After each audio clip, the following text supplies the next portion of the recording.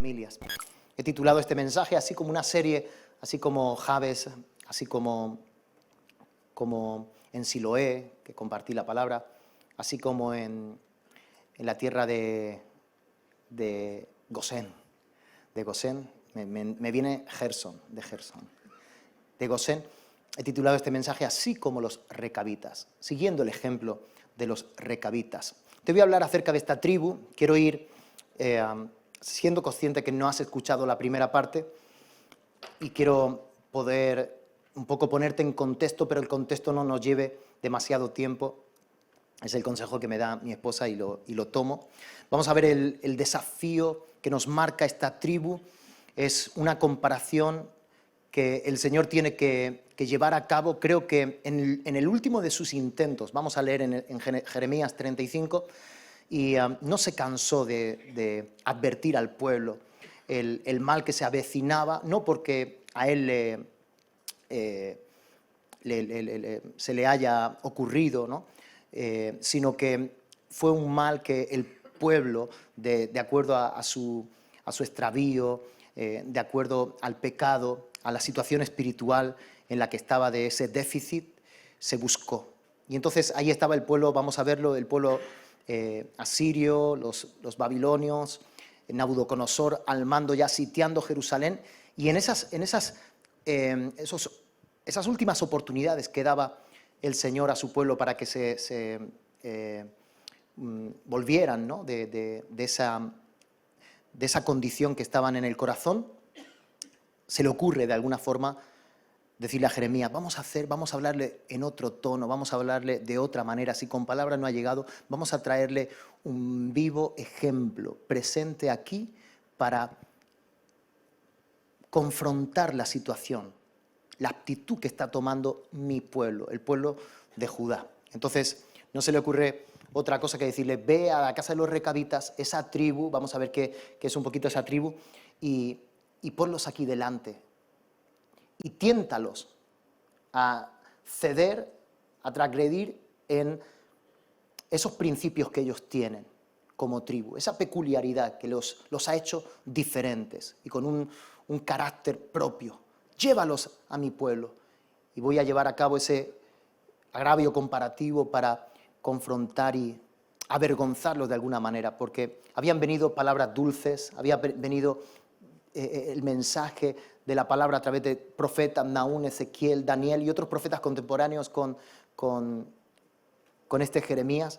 Sin embargo, era un pueblo con comezón de oídos, un pueblo tardo para oír, no obedecían a la voz. ¿Lo leemos juntos? Lo leemos aquí en la pantalla. Si tienen notas, eso me habla de que quieres captar ahí cosas y no perderlas, y si no, lo vuelves a escuchar en otro momento. Jeremías 35, del 1 al 19, palabra de Jehová que vino a Jeremías en días de Joacín,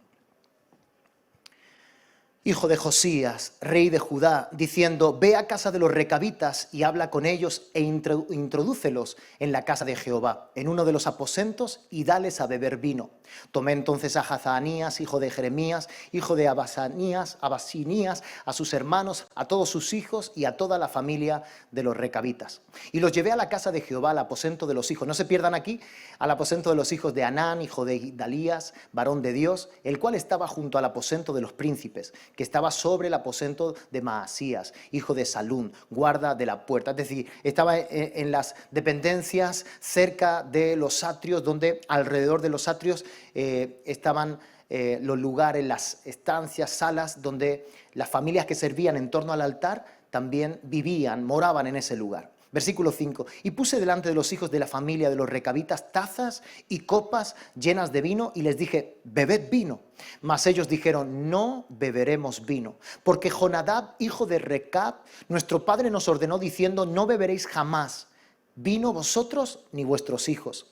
Ni edificaréis casa, ni sembraréis sementera, ni plantaréis viña, ni la retendréis, sino que moraréis en tiendas todos vuestros días, para que viváis muchos días sobre la faz de la tierra, donde vosotros también habitáis. Y nosotros hemos obedecido a la voz de nuestro padre Jonadab, hijo de Recab, en todas, fíjate, en todas las cosas que nos mandó, de no beber vino en todos nuestros días, ni nosotros, ni nuestras mujeres, ni nuestros hijos, ni nuestras hijas. y de no edificar casas para nuestra morada, y de no tener viña, ni heredad, ni sementera. Moramos pues en tiendas y hemos obedecido y hecho conforme a todas las cosas que nos mandó Jonadab, nuestro padre. Estamos hablando que Jonadab era de otra generación, 300 años aproximadamente antes. Y fijaos qué vivo, qué amor, qué lealtad hacia Jonadab, su padre. Sucedió, no obstante, que cuando Nabucodonosor, rey de Babilonia, subió a la tierra, dijimos: venid y ocultémonos en Jerusalén de la presencia del ejército de los caldeos y de la presencia del ejército de los de Siria, y en Jerusalén nos quedamos. Es decir, era una tribu paralela, era una tribu que se había injertado de alguna manera con los de Judá. Eran descendientes de Madián, hijo de Cetura y de Abraham. Entonces, esos eran los madianitas, y entre ellos en algún momento nace un ceneo, posiblemente dicen que sería el padre de Moisés, por eso dicen Jetro el ceneo. Entonces, de esta tribu ahí vas viendo yo le fui siguiendo un poquito la pista y viendo quién eran esta tribu. Entonces, siempre estuvieron cerquita, no fueron como los moabitas, ¿no? Que incluso le hicieron no tropezar, quería meterle la zancadilla a Acab como rey con Moab, cuando a su paso en el desierto quería pasar el pueblo de Israel, y se lo impidieron a pesar de tener, digamos, un parentesco cercano. Pues en este caso los moabitas se alejaron. Sin embargo, los madianitas, los ceneos, y ahora ellos de alguna forma se identificaron con uno de los del linaje de los de Madián, Recab, un hombre íntegro, un hombre que en algún momento tuvo que tener una crisis, en algún momento tuvo que tener un problema con el vino, en algún momento tuvo que ver el panorama en el que el pueblo se estaba disolviendo, estaban viniendo a menos, y llevó a cabo unas instrucciones claras para que el pueblo, unos estatutos dentro de su constitución como familia, y eso les guardó. Y la obediencia y lealtad de estas generaciones postreras, de las nuevas generaciones, esa lealtad y honra, ese amor a Recab, les mantenía todavía con vida, les mantenía todavía enteros, íntegros, les mantenía todavía con ese celo vivo, y podían defender los estatutos, el credo que ellos tenían.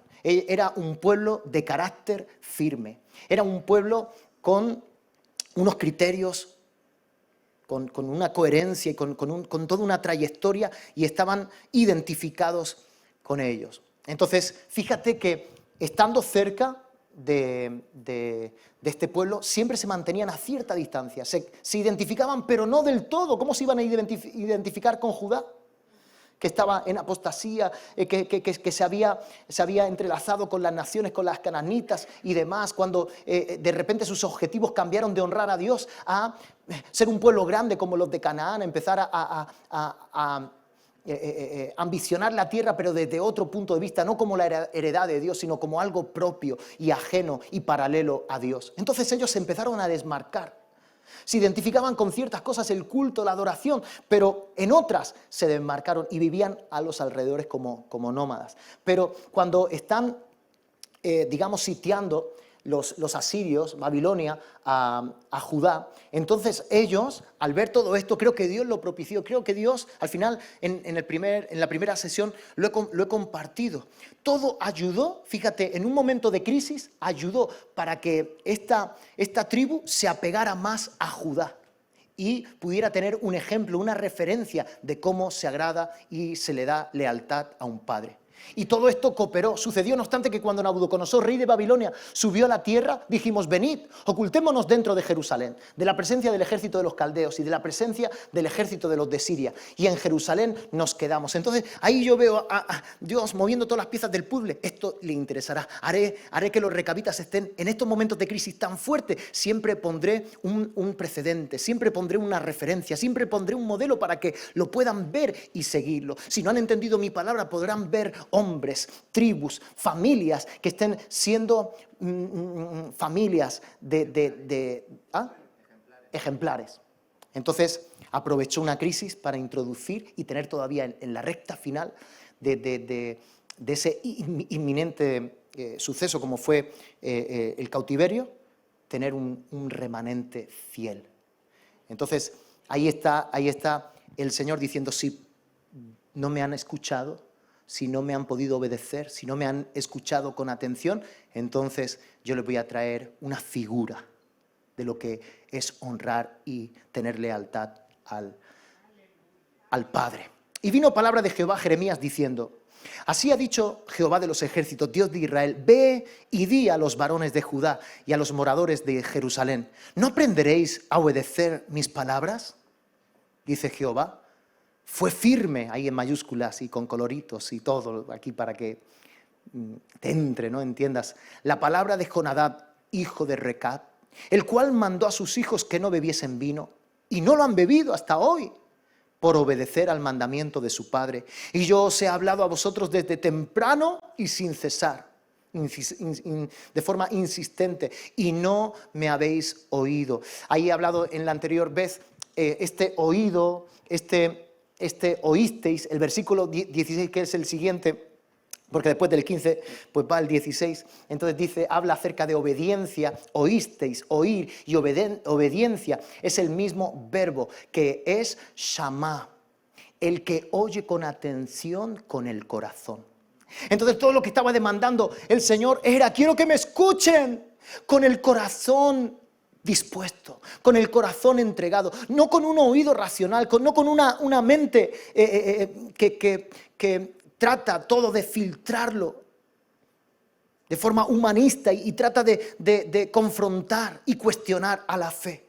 Quiero que, como los de Recab, entonces ustedes también con todo el corazón, tenían el corazón, no cuestionaron en ningún momento la palabra, la instrucción. No era tanto seguir una instrucción, era seguir a su padre. Era que si lo había dicho su padre, ellos lo iban a acatar con todas las comas, con todas las tildes, con todos los puntos, porque lo había dicho su papá.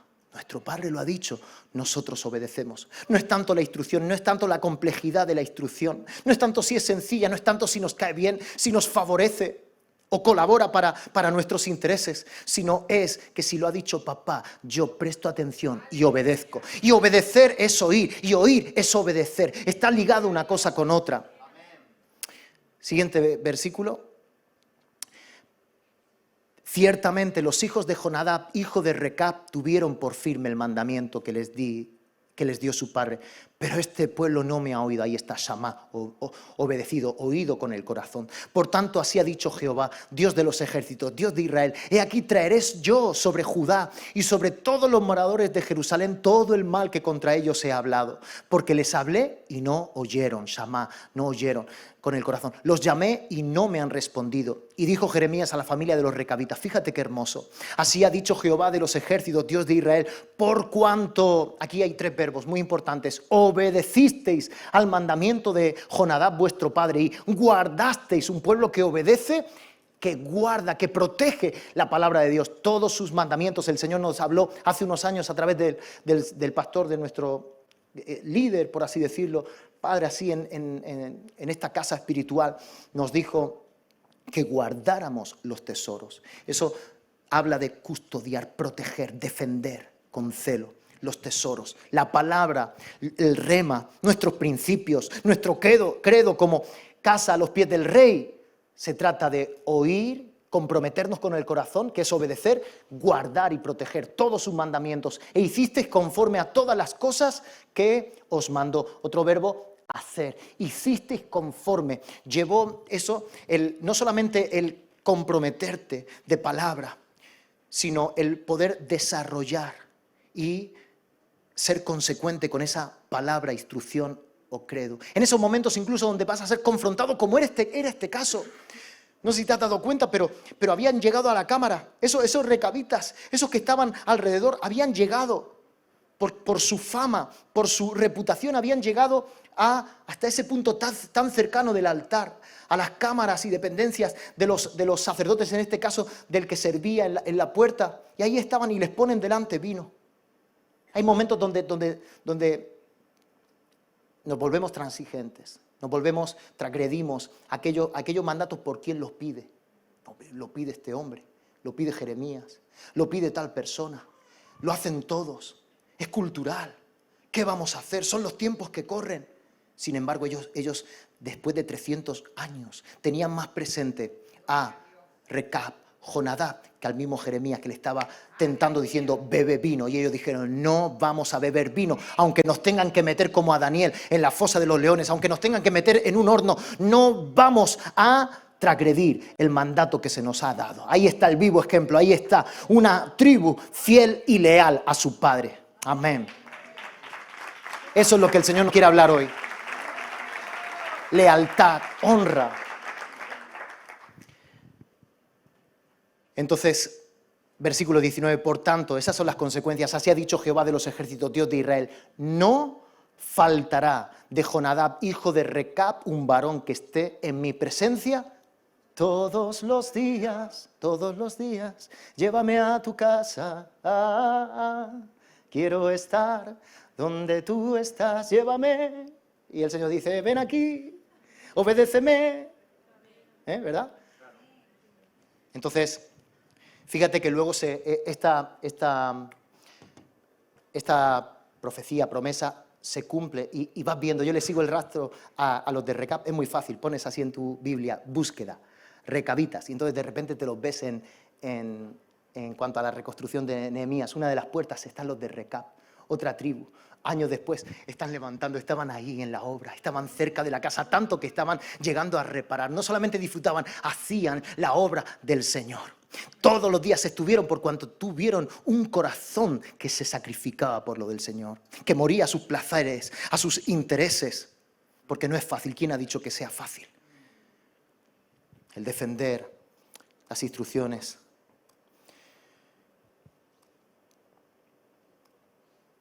Estoy pasando para adelante.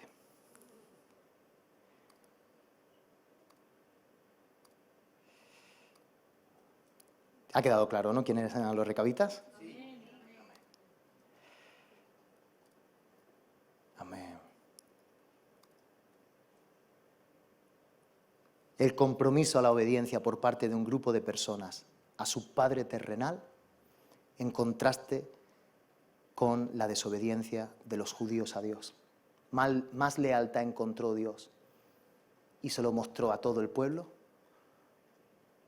Más lealtad a un padre terrenal que a un Padre celestial. De alguna forma Dios dijo, estoy celoso. ¿Cómo quisiera que ustedes me debieran honra y lealtad como lo hacen ellos a su Padre terrenal? No es tanto obedecer la instrucción, sino obedecer a quien dio la instrucción. No es tanto lo que se dice, sino quién lo dice. ¿Qué tenían los recabitas para obedecer de forma tan radical? Tenían compromiso, decisión contundente, lealtad y amor. Fíjate, quizás ahora vuelva a ver.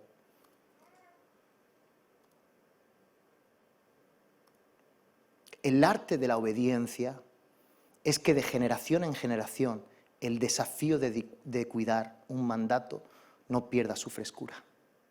Quiero que prestes atención. Me he tirado horas con una idea que ando detrás estas semanas o incluso meses, ahí cocinando.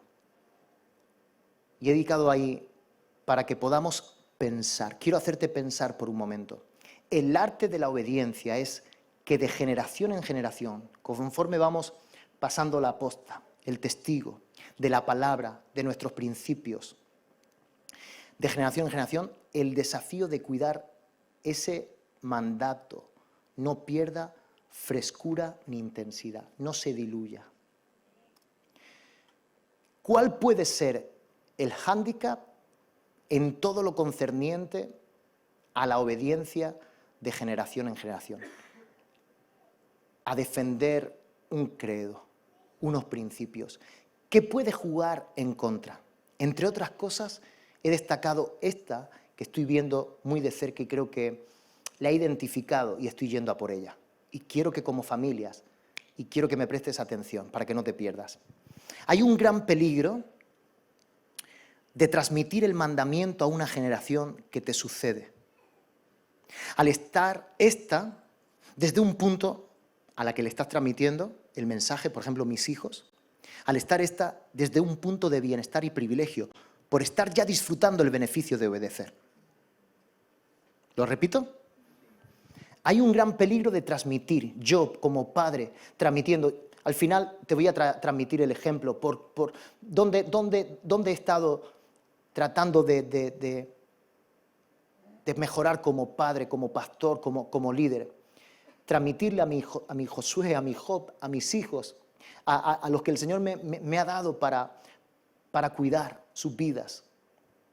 El que yo simplemente les transmita mis principios y ellos desde un punto de bienestar, por estar disfrutando las consecuencias de un hogar que ha decidido llevar a cabo y defender y obedecer esos principios, ellos pierdan el verdadero sentido, por ejemplo, entre otras cosas, o la verdadera profundidad de por qué hemos instaurado esos principios en nuestra familia, en nuestras personas. Si no llegamos a transmitir el por qué, la trayectoria de nuestras vidas, por qué hemos tenido que aplicar principios, nuestros hijos solamente van a conocer, disfrutar de esos privilegios, pero no van a saber cuál es la profundidad. Van a conocer el eslogan, pero no van a saber el porqué. Volvemos a nuestros hijos simplemente religiosos.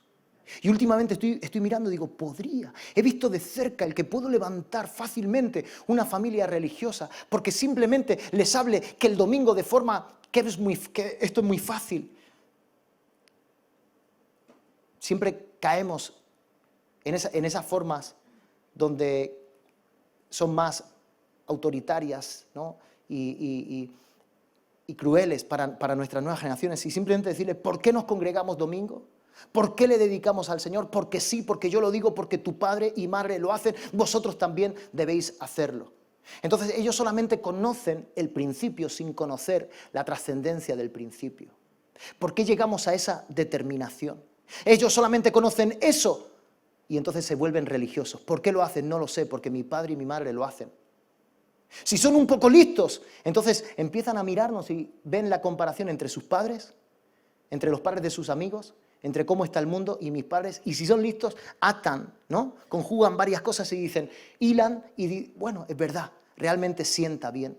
Pero dedicar e invertir tiempo en nuestros hijos, por ejemplo, en nuestros jóvenes, para decirles la importancia que tiene un domingo para nosotros consagrándolo.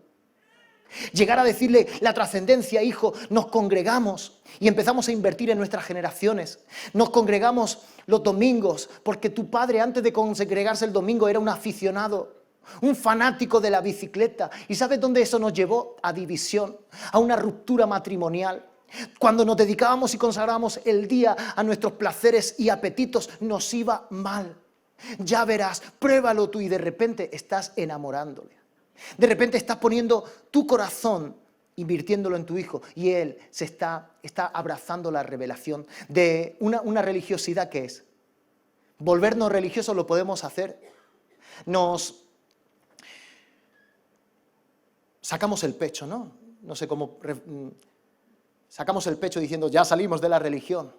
En los tiempos del pastor Fernando tuvo que romper y salir de unas limitaciones de ese movimiento bautista. Necesitábamos la llenura del Espíritu Santo, buscar la guía del Espíritu Santo, la revelación del reino, traer la cultura del reino aquí en la tierra. Sin embargo, me he dado cuenta ahora, traspasando el testigo, los principios, la revelación a mis hijos, que puedo caer en una religiosidad. Y puedo hacerlo religioso, simplemente porque conocen el eslogan, conocen el principio, sin embargo no hay corazón, no hay devoción, y eso se vuelve religión. Al final hay muchas definiciones de religión, pero yo lo veo así. ¿Por qué te congregas? ¿Por qué, por ejemplo, tiene tanto énfasis para nosotros un altar? Por ahí nos dicen, ¿por qué no le cambiáis el nombre a los jóvenes? ¿No suena demasiado grandilocuente? ¿No suena demasiado espiritualoide altar? Y yo digo, porque somos un pueblo devoto, somos un pueblo de pacto. Fue algo que Dios nos marcó tan fuerte. Nuestros jóvenes, ese amor que le tenemos a los viernes, Jonathan, por eso te he dicho que te tienes que quedar, David y líderes, Raquel, Dani, los que estamos aquí, que tenemos que transmitir la esencia, tenemos que transmitir la profundidad.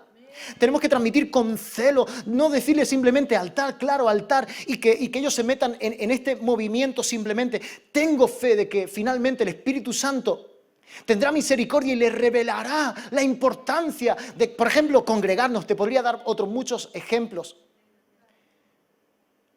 Pero poder llegar a decirles, no solamente te voy a explicar por qué estamos en esa zona de confort. No solamente te vamos a decir por qué disfruta. Yo me tengo que parar y decirle, hijos, vivís en una casa, en una familia. Estáis disfrutando este buen ambiente cristiano, este buen ambiente de temor de Jehová.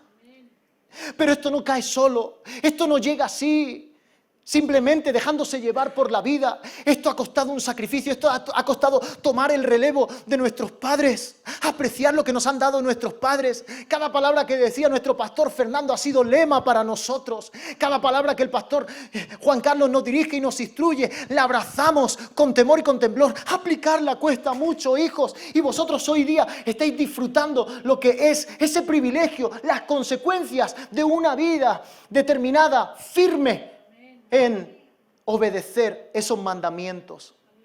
Sacrificar. Papá y mamá sacrifican mucho para que ustedes hoy estén disfrutando esto. Papá y mamá no riñen tanto porque hemos llegado a abrazar la vida del reino, lo que es un matrimonio transparente, confidente, cómplice el uno del otro.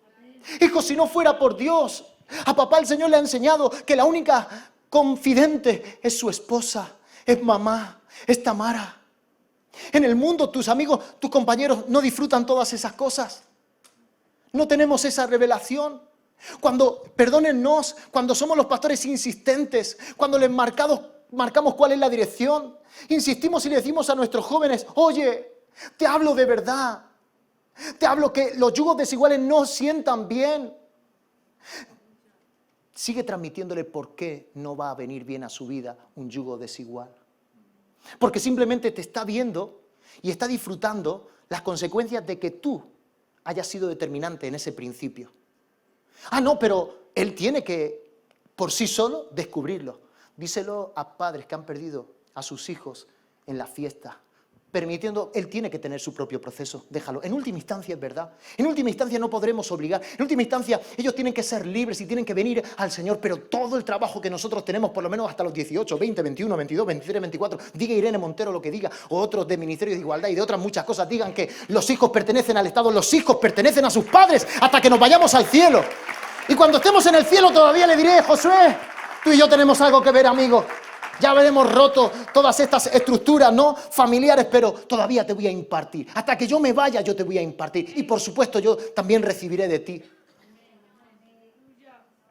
Háblale a tus hijos, no solamente ponte rudo, ponte firme para decirle por qué no celebramos, por qué no nos celebramos otras fiestas en los calendarios que tenemos culturales. Dile algo más que eso. Porque necesita conocer quién era su papá antes de que establecieran esas normas, esos estatutos.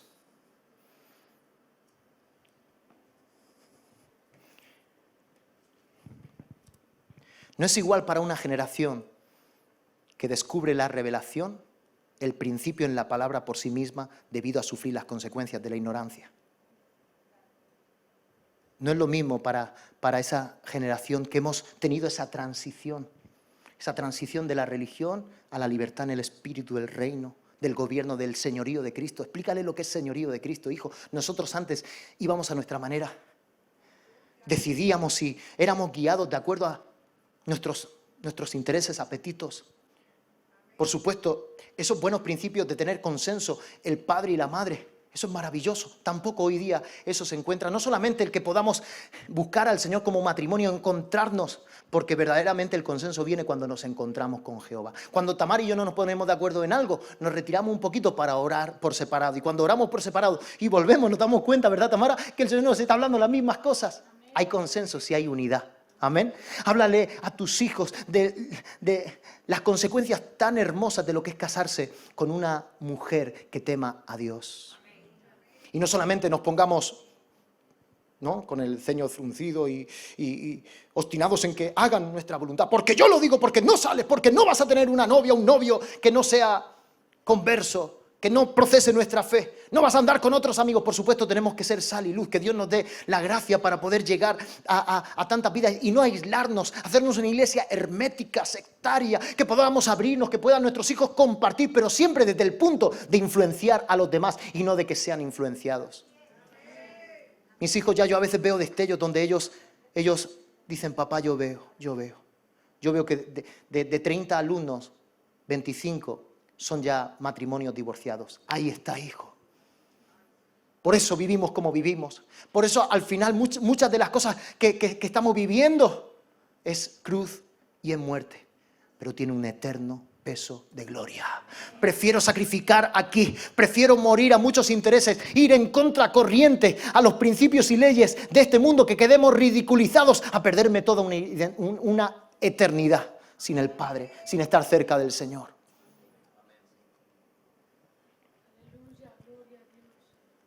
Una generación que goza la herencia de la obediencia también precisa heredar la revelación y el principio que aplicaron para esas consecuencias. ¿Lo vuelvo a leer? ¿Son pensamientos así muy abstractos o se quedaron bien ordenados? Una generación que goza, papá y mamá, Tamar y Benjamín, una generación que goza la herencia de la obediencia, las consecuencias de haber determinado obedecer al Señor en algo, también precisa que hereden la revelación y el principio que tuvieron que aplicar para esas consecuencias. Algo más, porque yo lo digo.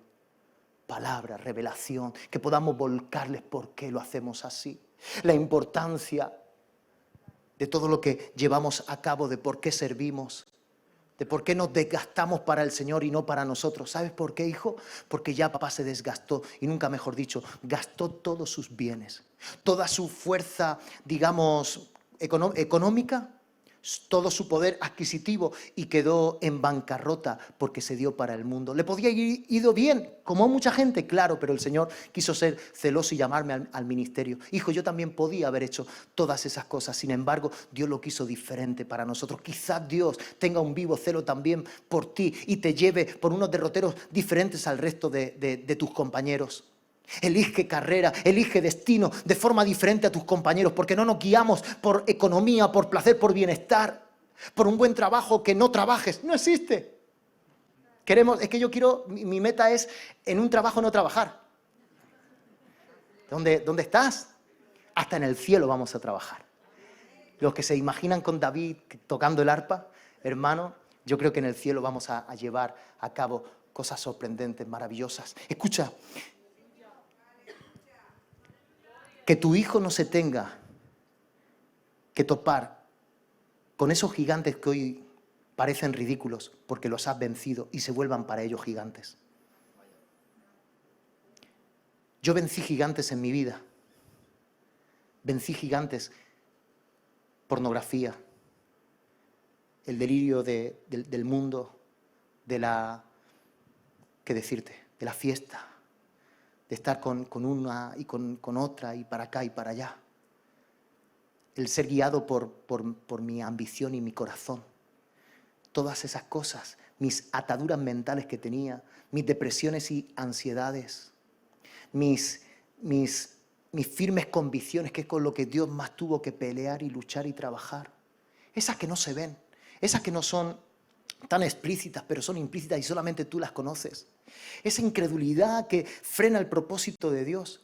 Eso para mí fueron gigantes. Sigo teniendo otros gigantes. Hoy peleo otras batallas. No peleo las mismas. Pero como yo no le traduzca, como yo no traspase con celo, con toda la historia bien contada, lo que han significado el antes y después de vencer esos gigantes, el ceder a ese tipo de vida o luchar contra ese tipo de vida, pelear, humillar, el posicionarme en una determinación de humillar, matar la carne y entonces el Señor vencer todos esos gigantes.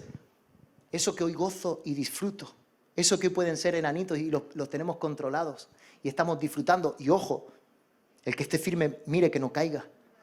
Que por ese orgullo de decir ya los hemos vencido, a lo mejor lo que sucede es que tú mismo no tienes que volver a enfrentarlos, pero tus hijos sí. En otras palabras, que no tengan que venir no solamente tus hijos, nuestros hijos espirituales, nuestra congregación y decir ¿qué? ¿En qué se ha quedado? Se les olvidó traspasar. Se les olvidó contarnos el mensaje completo.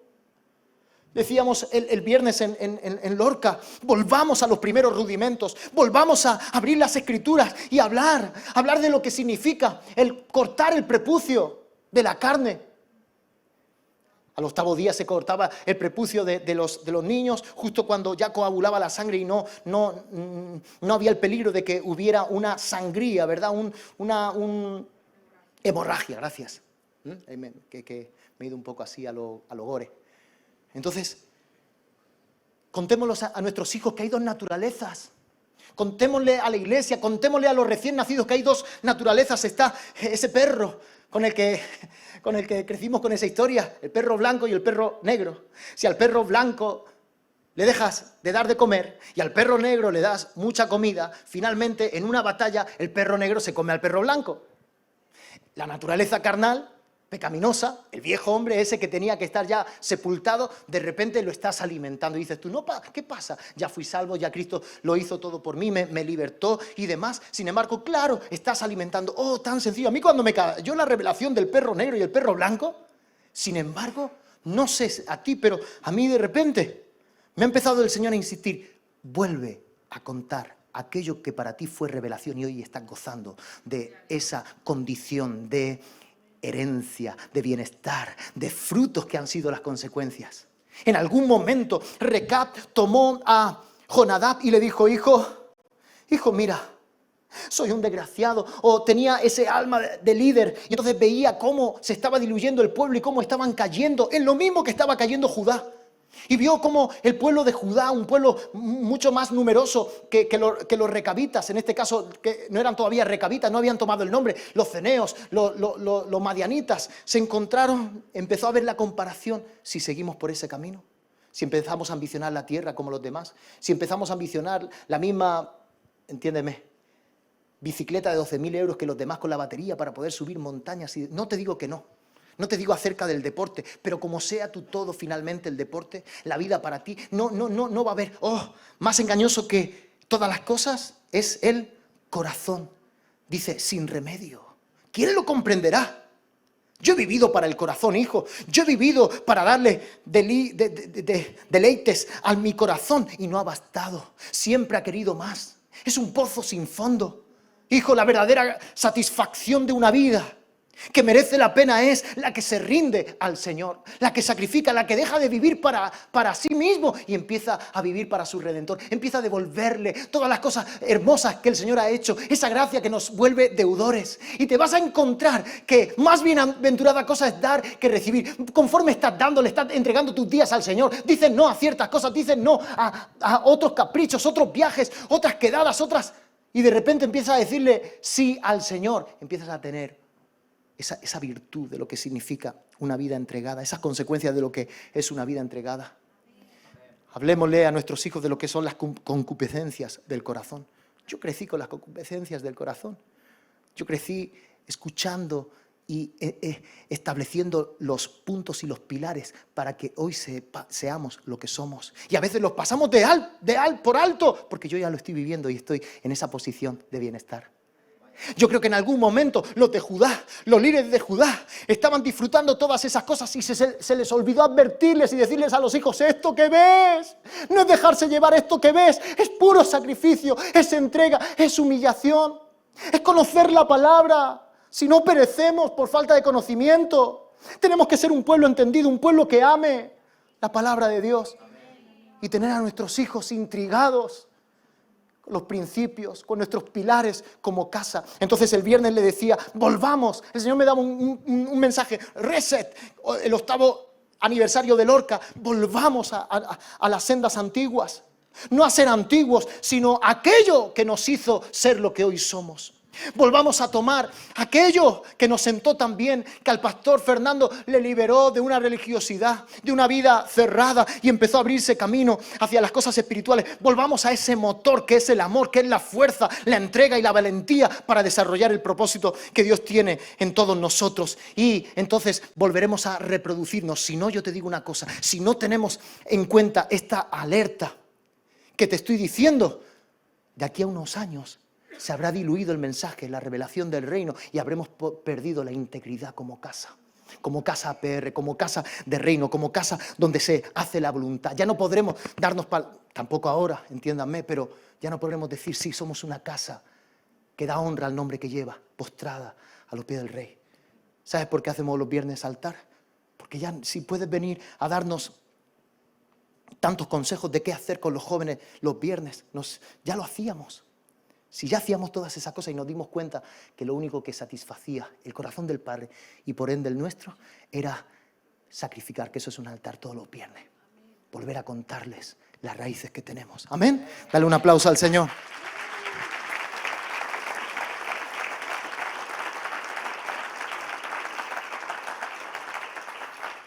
Cuidado con los tiempos que vivimos. Tiempos donde lo relativo está comiéndose a lo absoluto, está avergonzando a lo absoluto. Ellos se pararon, los recabitas, en una firme postura absoluta, era la verdad de su padre. Ahora vivimos en tiempos donde las ideas, la filosofía tan polarizada, tan relativa. ¿Qué es la verdad? ¿Qué es la verdad?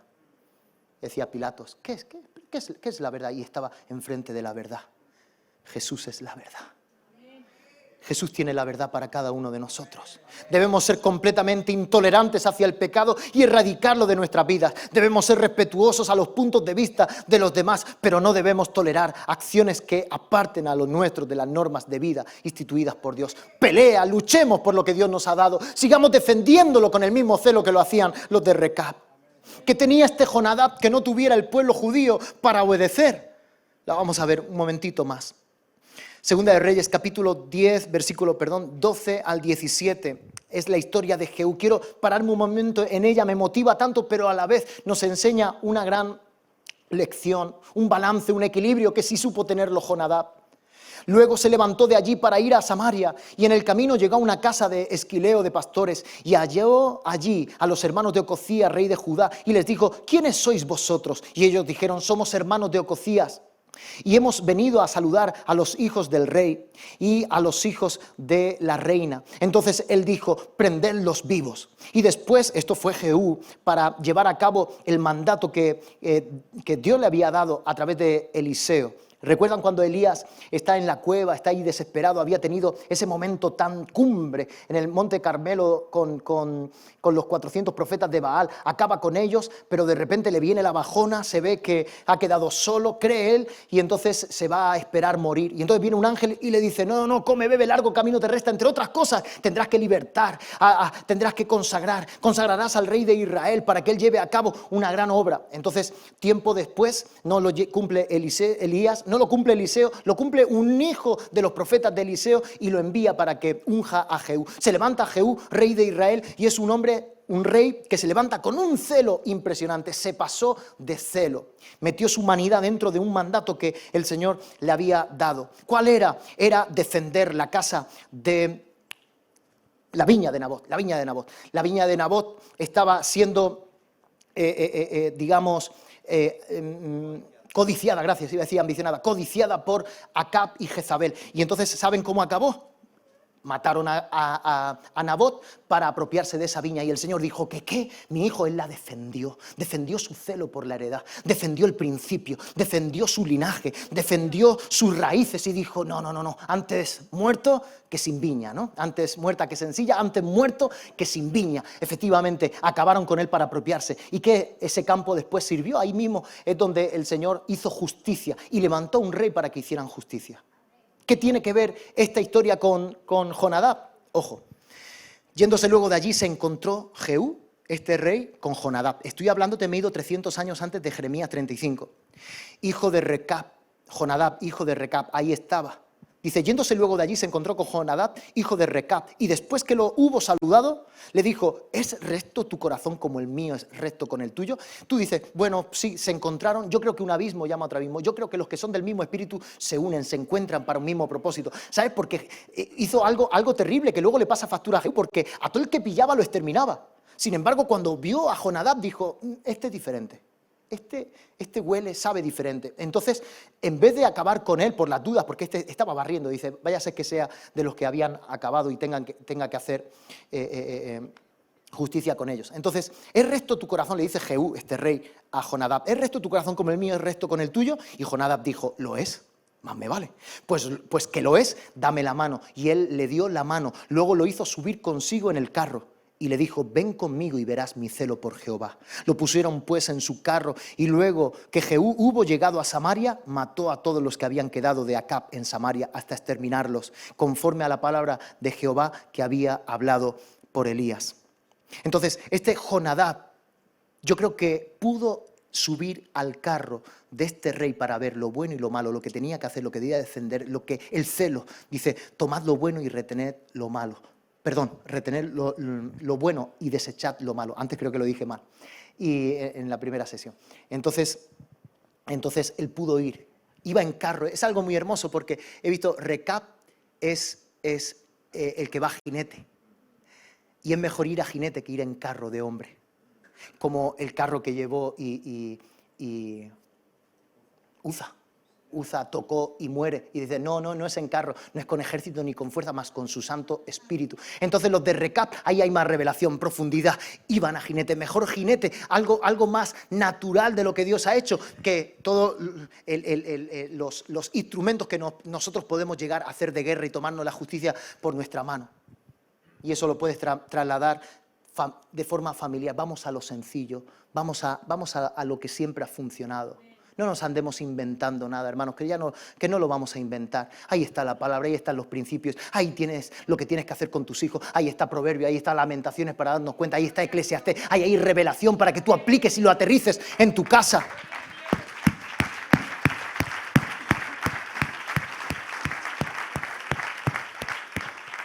Entonces se monta en este carro, va con Jehú y dice, no, este es el celo, llevar a cabo la palabra de Dios, pero cuidado si te pasas, si empiezas con la palabra a pegar palos por todos lados. Entonces Jonadab, fue famoso por su sabiduría y piedad. Jonadab aprendió este verbo, la intransigencia. Transgredir alude a ceder y consentir. Aquello que desobedece la palabra, la ley. Yo me he dado cuenta un detalle. Nuestros hijos insisten. ¿Sabes dónde meto la pata? O sea, en esa lucha yo les digo, no lo vas a ver. No, esa serie no. Ok, y él prueba. Y él prueba. Y él prueba. Y yo, no lo vas a hacer. No lo vas a hacer. En algún momento, hermanos, ahí está. Ahí, cuando el Señor está hablando, no me puedo parar ahí, pero cuando el Señor está hablando a sus hijos, usa un verbo en hebreo cuando le está hablando, porque no fue a hablarle de cualquier manera. Hay una de las veces que dice, yo les insistí. Yo estuve de forma insistente hablándoles estas cosas. No han caído en vano, no han caído por necedad, por ignorancia de la palabra. Yo he estado ahí hablándoles. Y ese verbo no recuerdo ni nos vamos a acordar después nosotros, pero sí lo que significaba la profundidad. Dice, la insistencia de cada mañana. Recordar cada mañana las mismas cosas. Y yo miro eso y digo, ahí es donde yo fallo. Ahí es donde ellos quieren ganarme la batalla. Probando. Y pruebo. Ahora que está cansadico y no me va a decir nada, pruebo a ver si me deja. Ahora que pruebo. Y si se lo repito muchas veces, en una de esas, como vamos tan saturados por Egipto, por hacer ladrillo y por toda la historia, hermano, de repente nos dicen una cosa, estamos cansados, hazlo ya perdiste. Ya está, ya la fregaste, ¿no? Como dicen los argentinos, ¿no? O Bolivia, o Colombia, Perú, ya. Fallaste, perdiste, te ganó el pulso. Insistamos, a tiempo y fuera de tiempo con nuestros hijos. Estamos preparando máquinas, estamos preparando grandes flechas en la aljaba para lanzarlas mucho más lejos que nosotros. Por sus frutos los conoceréis. Veremos en unos años si llegan más lejos que nosotros. No cedas ante la insistencia de la carne, de lo humano que se quiere levantar y oponérselo, de Amalek que se opone constantemente. Siempre tendremos Amalek entre nosotros, insistiendo. No te digo que tu hijo sea Amalek, te hablo en términos generales para aplícalo, pero en muchas, nosotros no en los programas de Radio Vida, en el programa como iglesia, en todo lo que llevamos a cabo, hay algo que quiere vencernos, que quiere que nos fatiguemos. Y hay muchas cosas con las que uno se tiene que enfrentar diciendo, este gigante no me vencerá. La apatía, los periodos, cada fiesta, otra fiesta más. No es otra fiesta, eso es lo que me quiere decir mi mente racional que se opone a la fe. Esto es un momento tan importante, tan trascendental para poder empezar a conquistar. Yo creo que se ha abierto un tiempo nuevo para Radio y Televisión Vida. Como vayamos en una trayectoria donde creamos que esto es, nos tenemos que levantar con el mismo espíritu con el que se levantó Recap, ese Fernando que decía no beberemos vino, no plantaremos viñas, no cultivaremos en la agricultura, no llevaremos a cabo ciudades, viviremos en tiendas de forma nómada. Conquistaremos los repetidores, España la llenaremos de los repetidores de Radio Vida. Eso tiene que volver a emerger como el primer día con la misma fuerza.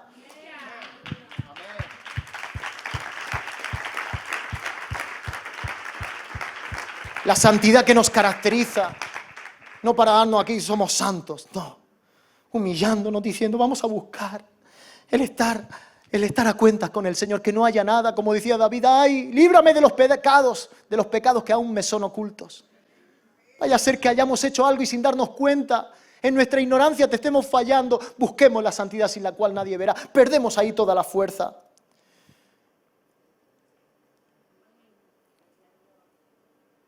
Y hay un tesorito más que he encontrado en la búsqueda ahí de los recabitas. De Jonadab aprendemos celo, honra y lealtad a su padre Recab. Pero hay algo más en el arte de seguir trascendiendo en la historia, como iglesia, como familias, de que no se apague lo que Dios está haciendo entre nosotros. Y es Mateo 6:6. Entra, cierra la puerta de tu cuarto y ora a tu Padre que está en lo secreto. Dice Números 24:21. No sé si lo tenía esto apuntadito. Ahí está. Y viendo al ceneo, tomó su parábola y dijo, fuerte es tu habitación, pon en la peña tu nido. Escucha, fíjate para acabar. Mira qué hermosísimo esto. Tiempo atrás está Balaam contratado por Balac, rey del ejército de los moabitas. Quieren cruzar el pueblo de Israel en su trayectoria, en esa expedición hasta llegar al lugar que Dios quería en la tierra de Canaán. Y entonces los moabitas y esta Acab se opone a esto. Y entonces lo que hace, estaban todo el campamento, todas las tribus desplegadas ahí haciendo campaña y esperando que le dieran paso. Y entonces este Balac va a Balaam, un profeta, un vidente, y le dice, profetiza en contra, vamos a boicotear a esta gente, vamos a darles con la misma moneda, vamos a atacarles con lo profético, vamos a por ellos. Y saben la historia, que Balaam cada vez que miraba decía, ¡fua! ¡Qué hermoso! ¡Qué tiendas, qué perfección! ¡Qué orden! ¡Qué elegancia para poner tiendas! Míralo, no hay otros. Y no podía. Y entre todas esas, él al final profetizaba y lanzaba promesas. Y este Balac se ponía los nervios encima. Dice, me va a salir caro, tengo que pagar a este tipo. Y encima profetiza para bien para ellos. Es que no se puede cambiar la maldición en bendición. Es que Satanás nunca va a poder llamar maldito a algo que Dios ha santificado, algo que Dios está bendiciendo. Nunca.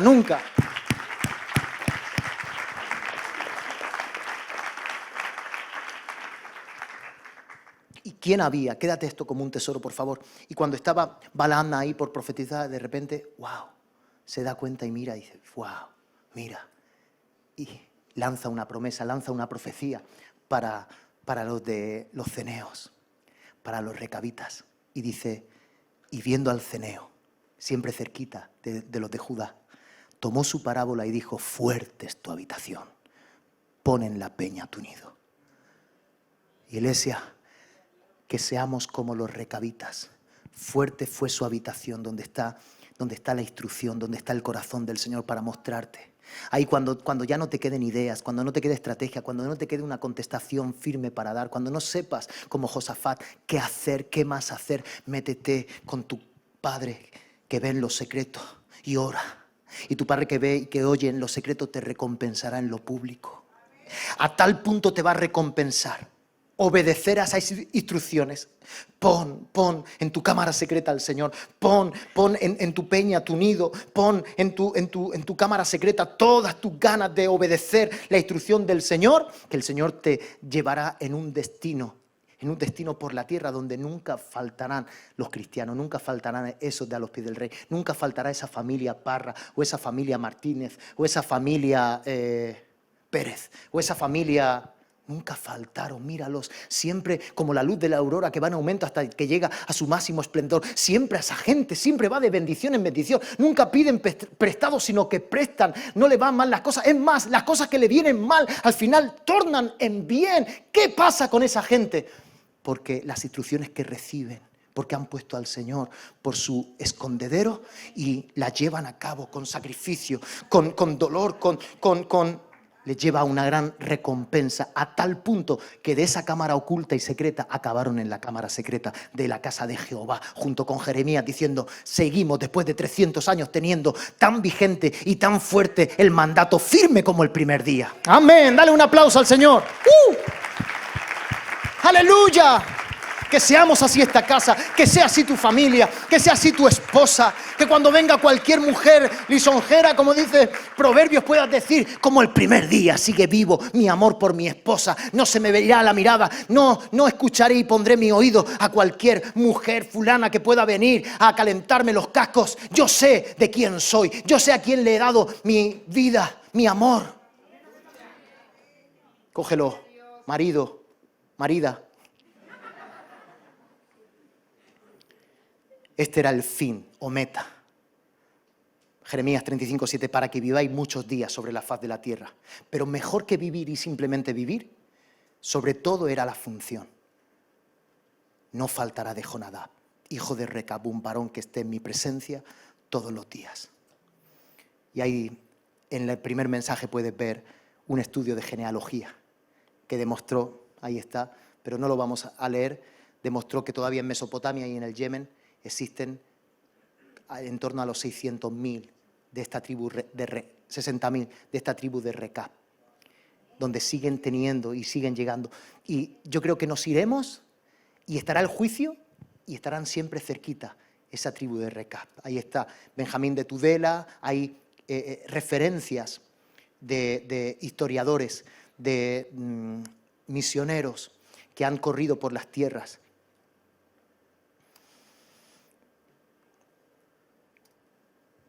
Así como Jeremías recibió orden de Dios para buscar a los recabitas y llevarlos a la casa de Jehová, no importando su procedencia ni su aptitud, así Dios va a buscar y acercar en torno a su altar a hombres y mujeres ejemplares que tengan un vivo celo por el Señor y guarden sus preceptos y mandamientos y no se dejen persuadir por los deleites, placeres y comodidades mundanas. Tu cercanía en torno a Dios radica en seguir sosteniendo la palabra, en ser uno que se para firme, como hemos visto. Y fíjate, Éxodo 19, 5 al 6, ahora si en verdad ustedes me obedecen y cumplen mi pacto, se convertirán en mi propiedad preferida entre todos los pueblos. Amén. Amén. Ese es el mensaje.